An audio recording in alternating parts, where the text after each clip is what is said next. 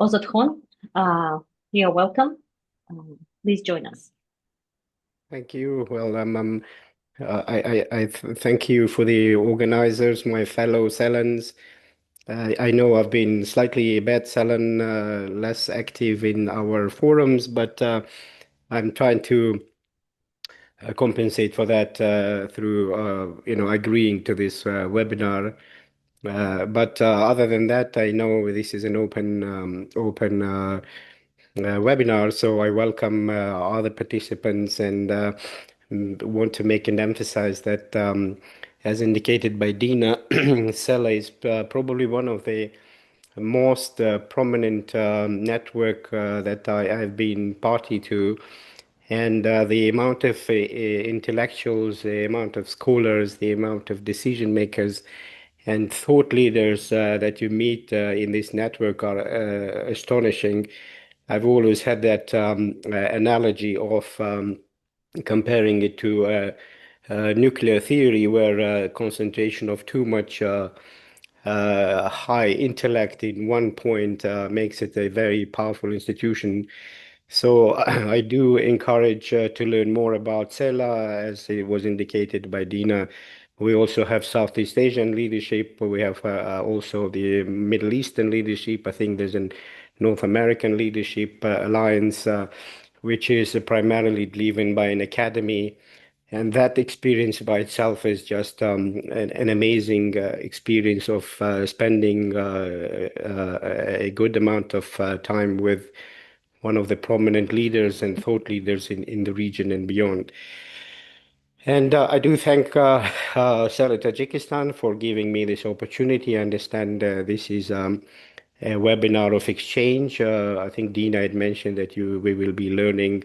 Very difficult to teach people today, especially the youngsters and Generation Z. I think there's so much ample information out there that to impress people is really hard work, but definitely there's always scope to share your experience.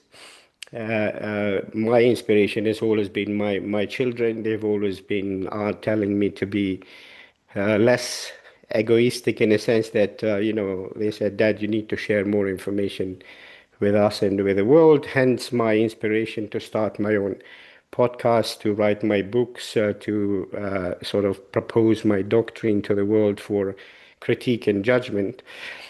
So a little bit about me. I was born in Tajikistan, little town of Horog in the mountains.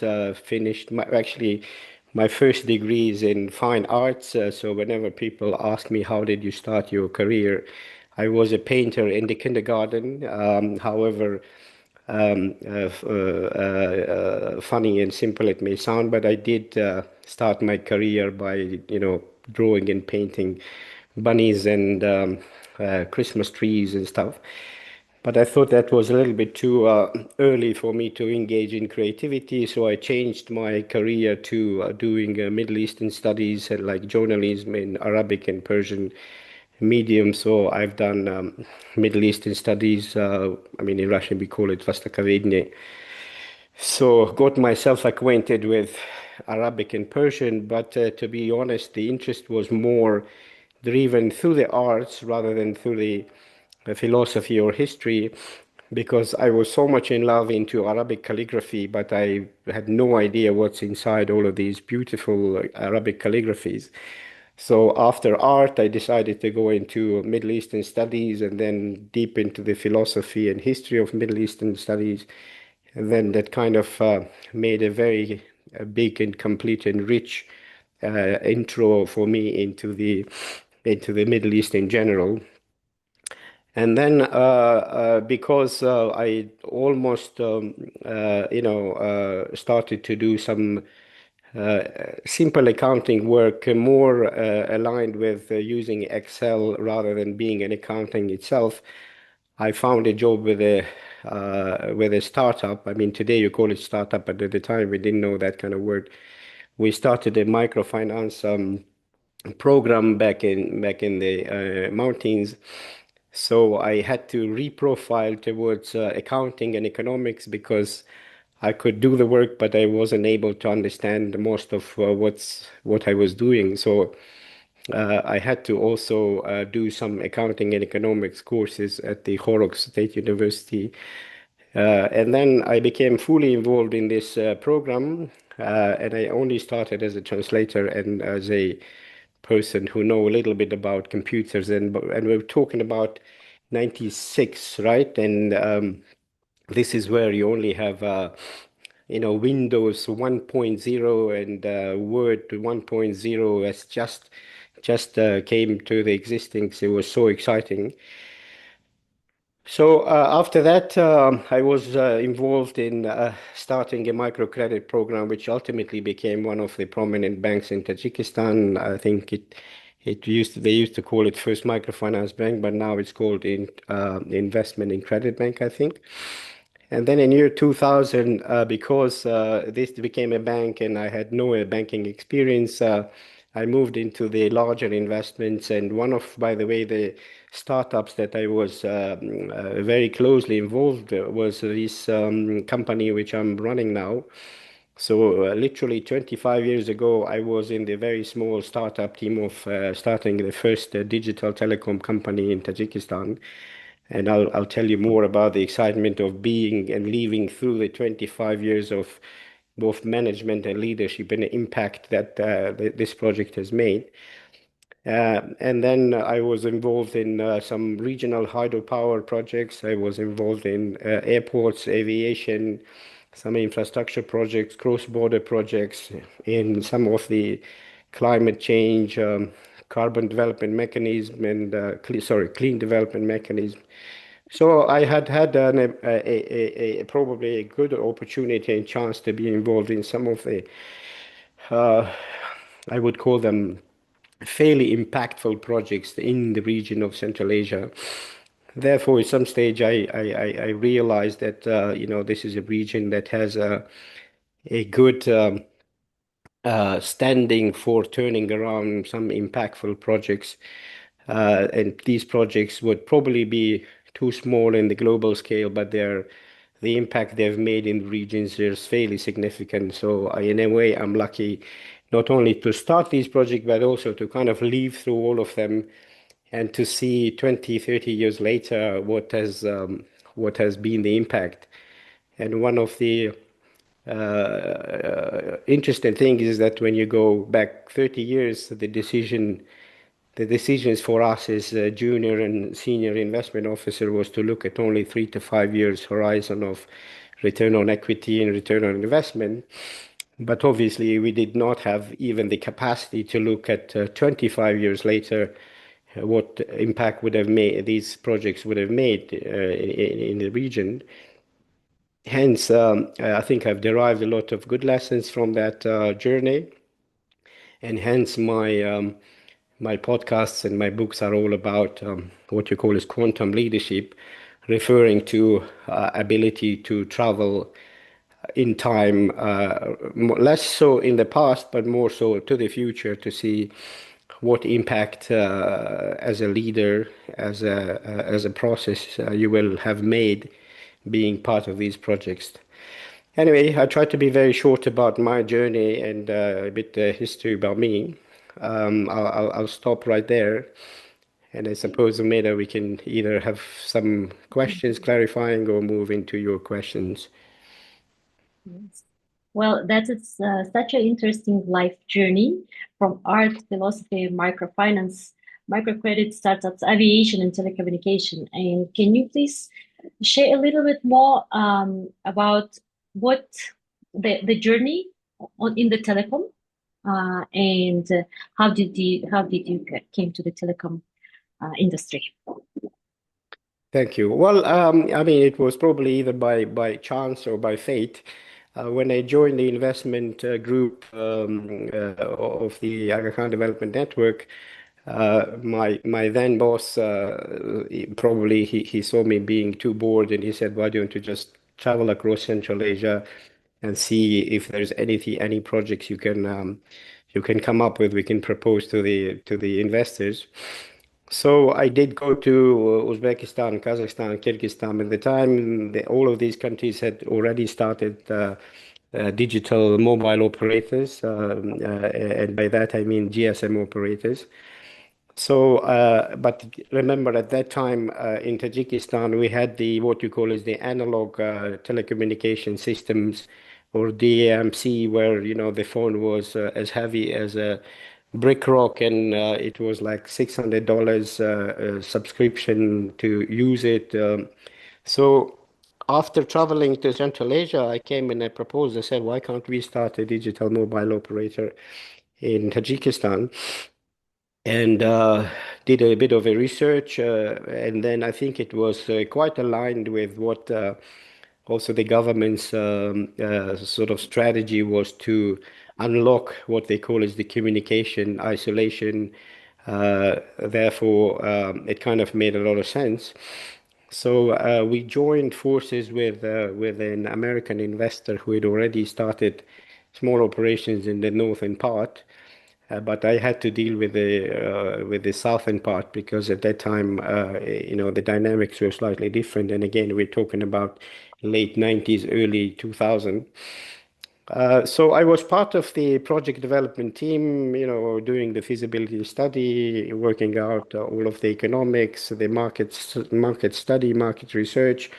I even remember when we proposed it to the board, the numbers were so sort of attractive in a way that the board said, "Look, I mean, we are a little bit uncomfortable that we should probably be do something which is a bit more modest in a way."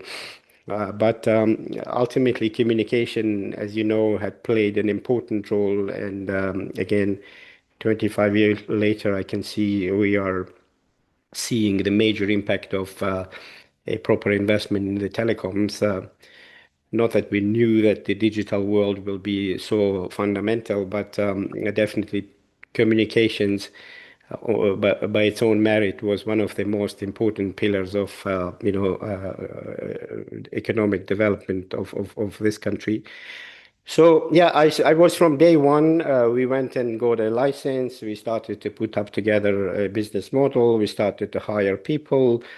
So from a very little startup, almost like in garage, as it's now in fashion today, we have, the largest mobile asset, digital infrastructure, digital asset in the country, with one of the big employers, one of the big taxpayer, one of the biggest investor, which I think we're very proud of. But that's where my journey in telecom started. And when we actually did the project, we all had pagers. We didn't even have phones to Mhm. deal with the business. So you can see the evolution or even revolution of starting something with a pager. And today you're talking about AI bots and agents and big data. Yeah, so it's been an exciting journey, only 25 years, but literally I wouldn't even call it evolution. It's been a major revolution in the field of telecommunications and digital world. Well, you said, thank you. Yeah, you said only 25 years of experience, but it is a huge experience, I would say. And my next question is, what is harder, managing technology or managing people? That's a very good question. But I think I've always thought and think and will continue to think is that behind any technology is people. So if you don't have the ability to deal with people, then technology is something that you cannot really handle because the whole design behind technology comes from people.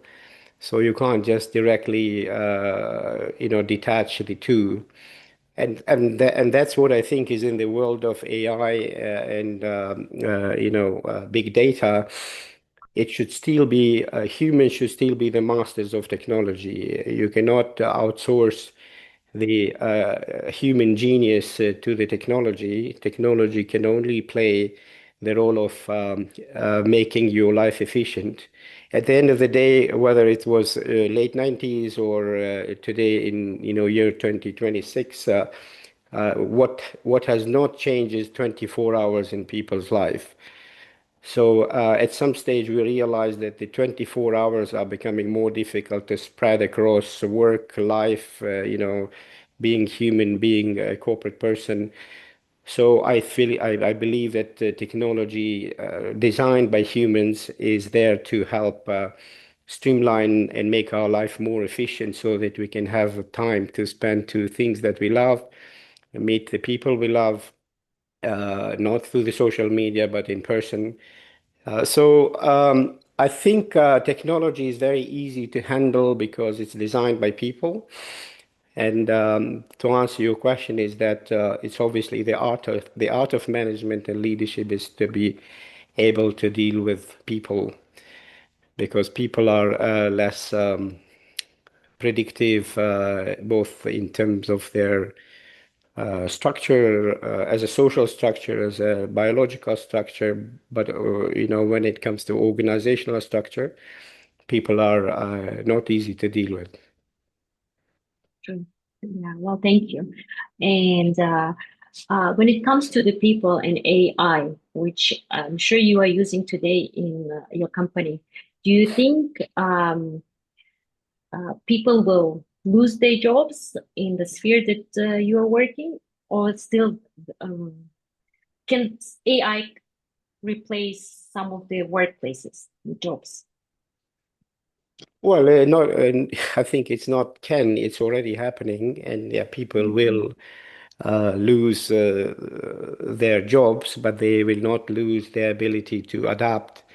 So yes, if you really go through a core corporate approach of optimizing your cost and structure, for example, today you can get almost all of the premium AI tools at close to $1,000 a month, whereas just one personal assistance of yours can cost you more than that. But obviously, AI is doing a lot of the work. Obviously, it is a question of ethics and morale, where you are able to also help to divest or readapt. But to give you a short answer, where unfortunately, yes, technology is an accelerator, and even for me being part of it for the last 10 years, very closely being in technology, in big data, in AI. Even for me, it is surprising how fast it is growing. But I think I actually had a TEDx speech in 2016 that it was inevitable that there is a notion of collective genius, which means you're now harnessing the genius of the entire world through the technology, and it's not easy to compete with as a human because the processing power, the time available to computers, the resources available to computers is much more lean and efficient. And humans have, tendency to also have the chemistry to deal with. Bottom line, yes, I think unfortunately a lot of jobs will be made redundant. In fact, after Anthropic's recent developments, I know a very good friend who is based out of London, who runs a big law firm, probably one of the top five in UK, if not in the world. And they had to have an extraordinary meeting to decide whether they should keep one of the most expensive lawyers because at least 80% of the legal work is so simplified through all these chat GPTs and whatnot. So obviously, we are trying to find a way, being pro-social and a corporate social responsible company, corporate citizen. We're trying not to push it hard and trying to teach people to use AI to make their work more efficient. Ultimately, Mhm. it will be the cost of running a business. If your next best competition, for example, moves towards AI and big data and makes his costs very efficient, the market will push you towards those movements. So yeah, this is something to be very carefully monitored, but it can have a major impact on employment. Because, for example, 5 years ago, my company was, promoting coding and AI knowledge in a major way. But today, you could say coding as such and AI as a technology as such is becoming so automated and so commoditized by all these big players. Now you are probably going to have to be to the next step, which is creating value added out of this opportunity. So yes, the risk is big and it's unavoidable. Oh, thank you so much. And my next question will be, what makes running a telecom business in Tajikistan unique? What makes your company, let's say, unique? Well, I mean, from the perspective of my personal stance, it makes it unique because everybody thinks their company is the best in the world, which I do think that TCELL is one of the best companies in the world. So if you have your, our corporate color is purple, and I think, and I promote that everybody who works for TCELL, the blood is purple, the eye sight is purple. So, from the emotional perspective, yes, it's a very unique experience. Also, being a Tajik, I think it's a sense of pride to run one of the top companies in the country, trying to be part of the society, trying to be in the fabric of the Tajik society, trying to also promote the country outside to the global world as to a country with lots of history, rich heritage, hospitality, and also trying to bring the world because one of the promises of our brand is to bring the best of the world. So in fact, last year we celebrated our 25th years, and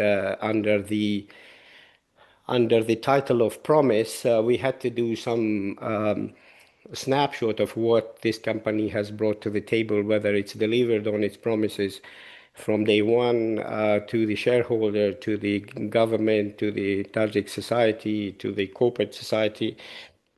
And we were very proud to say that we've over-delivered on most of the promises or all of the promises that were made to ourselves and to the rest of the world. That includes, it's a good investment, it's a good economic impact, it's, one of the top employers, it's one of the big taxpayers, major investor, direct foreign FDI, showcase that how long-term vision and long-term impact being with the country and with its vision can make ultimately the company viable even from the financial perspective.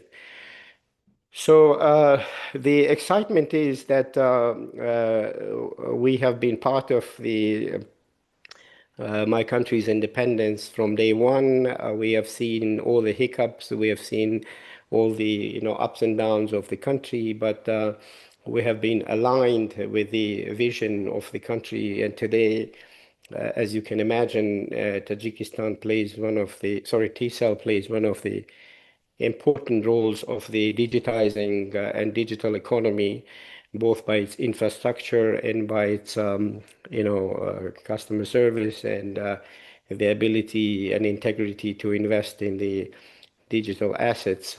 So the excitement is probably me being Tajik and running a Tajik company which beats all the international benchmarks of benchmarks and KPIs running this type of company, this scale of company, and also being able to contribute to the society. We are one of the biggest corporate social responsibility company. We are corporate citizen involved in culture, sports, youth, jobs, employment, tourism and promotion. So we're not just doing our telecom business. Mhm. And also digitizing in a big way. And we are actually, because we promised to bring the best technology out there to Tajikistan, we've been the first to have the digital call We've been the first to bring 3G, 4G, 5G to the country. We are the first company who has its own big data architecture, the first company that has brought a lot of AI technology from day one, probably 4 or 5 years in the making. So we're proud to say that we are delivering on all the promises as a brand and as a national asset. By the way, the company is run 100% by local people. We have no expats, which is also a sense of pride for us. So I guess there's a lot of sense of pride in running a telco company in Tajikistan. But compare it to the rest of the world, I think it's it's probably nothing unique. There is also this dynamic of always being the number one company. To become number one is a drive, but to remain number one company, both by service, by investment, by quality, is probably a strategy that you need to carefully manage. I don't know whether that is good for an answer, but I could elaborate a little bit more if you like. Mhm. Well, I have heard that also from you from when you were sharing that you are connect with the society, which is youth and older generation, younger generation, and this is also, I think, what makes you unique because you connect with people directly. Correct. And you were also talking about ups and downs, and for sure, in your journey and your work experience and in your company, you were going through ups and downs. And can you share a little bit what a mistake that taught you an important leadership lesson? Well, I think ups and downs in this context are both to be considered as a positive notion rather than negative, because for example, as a manager, as a CEO, I have learned more when things were not right than less when everything was fine because you're a bit more relaxed. So for whatever it's worth, when you say downs, those are the biggest challenges, but this is where you learn most. So I guess you should not really see it as negative. This is something that helps you become as a character. It actually helps to test your integrity, your resilience. These are the properly better assets for being a manager compared to when things are good and you sort of relax a little bit and get into some way of comfort zone. So whenever people ask me what lessons have you learned, I think lesson number one is that if you stay curious like a child, there is always a good lesson to be learned, both in good times and bad times. So never lose your curiosity as to why things are happening the way they're happening. What can you do? Is it for you to be and become a better person, or is it for you to slow down? Are you making too many fast decisions? Are you being emotional? Are you being too excited about things? Are you giving it a second thought? So my curiosity has always helped me to understand even what you call as the problems. I think the fallacy of saying what are the mistakes you have learned or you have done or lessons you learned, I've always argued that I think you have no right to penalize a guy who was 15 years old after you have become 45 years old and saying that you did everything wrong. I think when you were 15 years old, probably you were obviously trying to make the right decisions, but it's not fair to penalize. They always ask you these questions, so that what would you advise to the Ozod when he was 15 years old? I think he was doing a great job. He was learning, he was studying, he was making mistakes, not by intention, but by sort of circumstances. And then I could only but praise uh, after, when you're close to 50 and you say, probably for those ages, he was not bad. So I think I'm sort of trying to be all over the place, but the lessons learned for me was to stay curious, to find ways to learn, to be able to find a pace and time to be peaceful with yourself. Because what I learned is that peace and focus is something you lose very fast. Mm. Mm. For most part, it could be just your excitement, but also there's a lot of noise in the world that you're trying to also be part of. So one big lesson I learned is that how do you separate noise from priorities? And I've found myself to be very clear focus in what I want from life. Although life has thrown me into different domains and different spaces, but I've never lost focus of what I want, how I want it, whether it takes 1 month or it takes 1 year or 3 years. I was very clear about things I want in life, which I believe at some stage I realized that this is a good way of separating noise from your priorities. So urgent is noise, but priority things are what your heart is trying to tell you are important in your life. The third one is, I think, as probably mentioned a little bit, but in difficult times, you test your resilience for integrity and for stability, and I'm talking about mental stability. I've had quite a lot of challenges, both as a personality and both as a manager, but what has helped me is to stay on the course of ethics, to stay on the course of integrity, to be very firm in your beliefs, and that what makes you a character. Most of it will be reflected in my podcasts, but for mainly my books.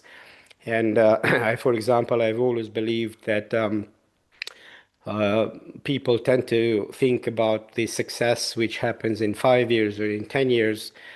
I've always felt that success is, or the other way of saying it is that,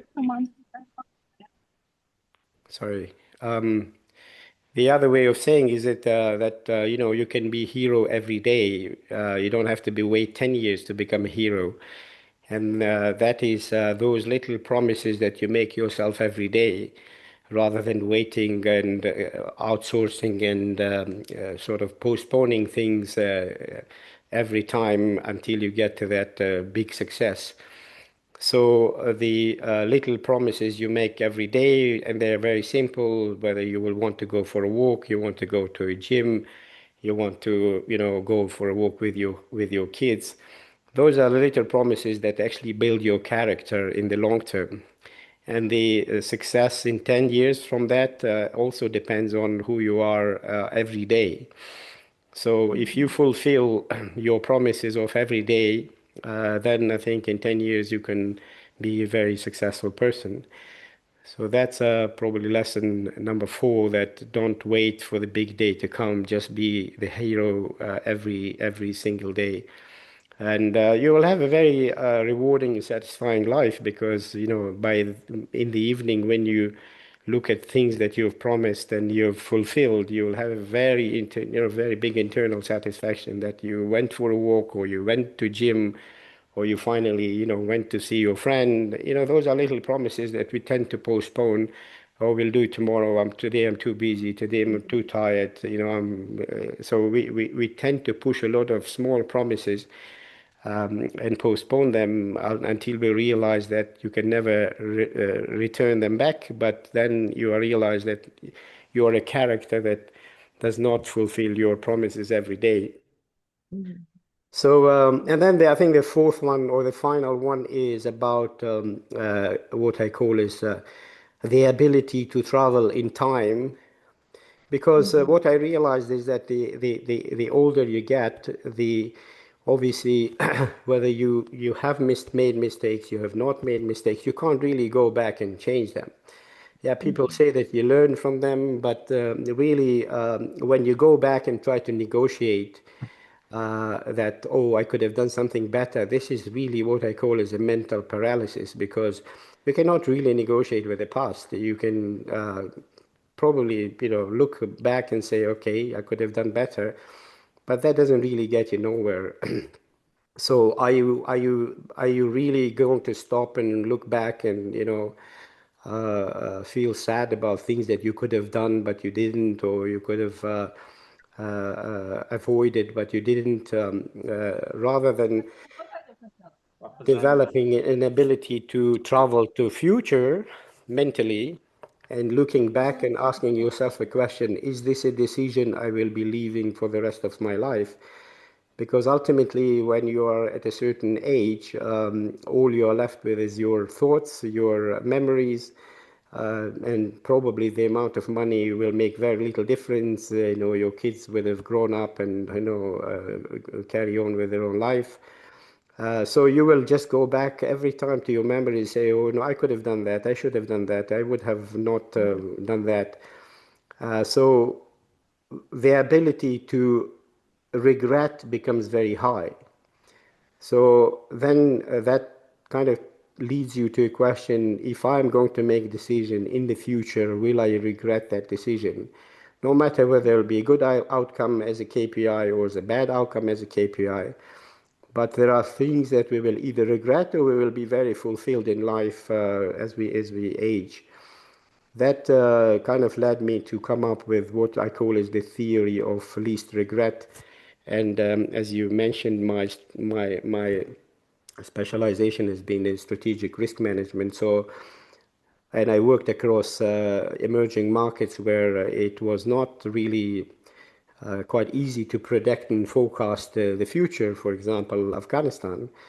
So then how do you really design and invest in long-term projects which go beyond, 5 years of your business plan?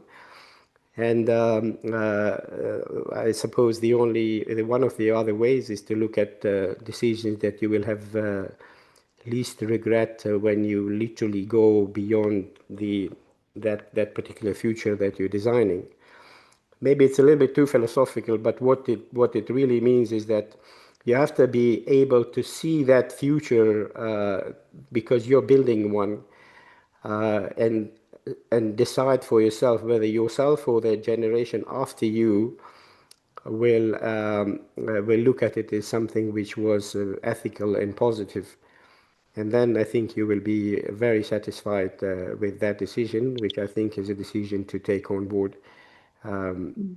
So that's what I call is theory of least regret.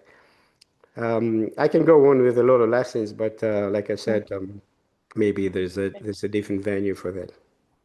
Yeah, well, thank you so much. I made some notes and highlights for myself from what you said, and peace and focus, separate the noise from for important stuff, um, mental stability, stay firm in your beliefs, and stay curious. Thank you so much.